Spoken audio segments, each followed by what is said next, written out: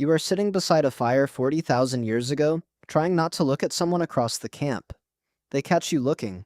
There is no phone to check, no friend to text, and no way to disappear into a crowd. You live with people who have watched you work, argue, fail, and panic. Whatever you do next, somebody will notice. That changes what flirting means. We do not have Stone Age love letters, and nobody wrote down the first pickup line. Most of what happened between two people disappeared with them, but archaeology can still show us some of the signals people used.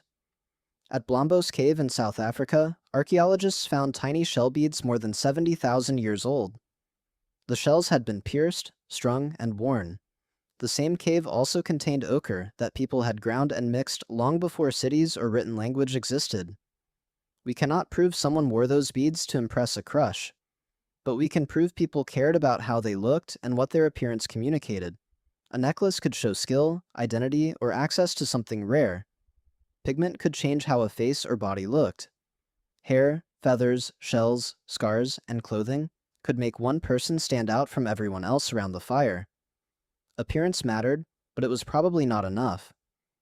In a small group, your entire reputation followed you. If you were selfish with food, people knew.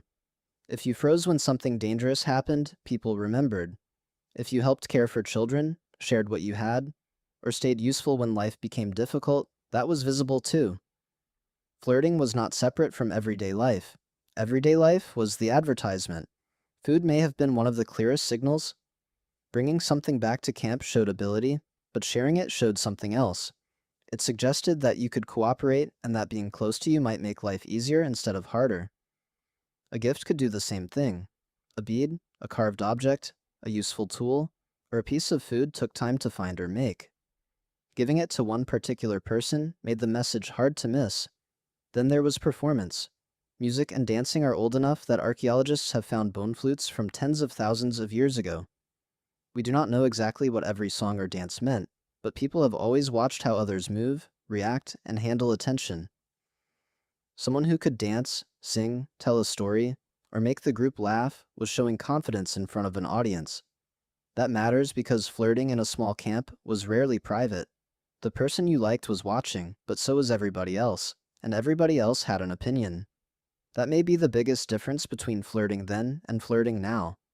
Today, you can build a version of yourself for someone who barely knows you. In an ancient group, that would have been almost impossible. The person across the fire already knew whether you were dependable.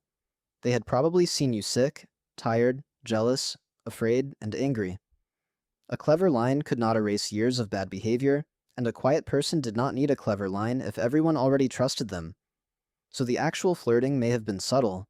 You sit closer than usual. You save someone a better piece of food. You offer help before they ask. You wear something different. You hold eye contact for a second longer. You choose them when the group begins to dance. None of those actions proves romance by itself. Together, they can make interest obvious without anyone having to announce it. But attraction was not only about finding the strongest hunter or the best-looking person in camp. A partner affected your safety, your children, your relationships, and your place inside the group. Choosing badly could make an already difficult life much harder. That meant trust probably mattered as much as beauty.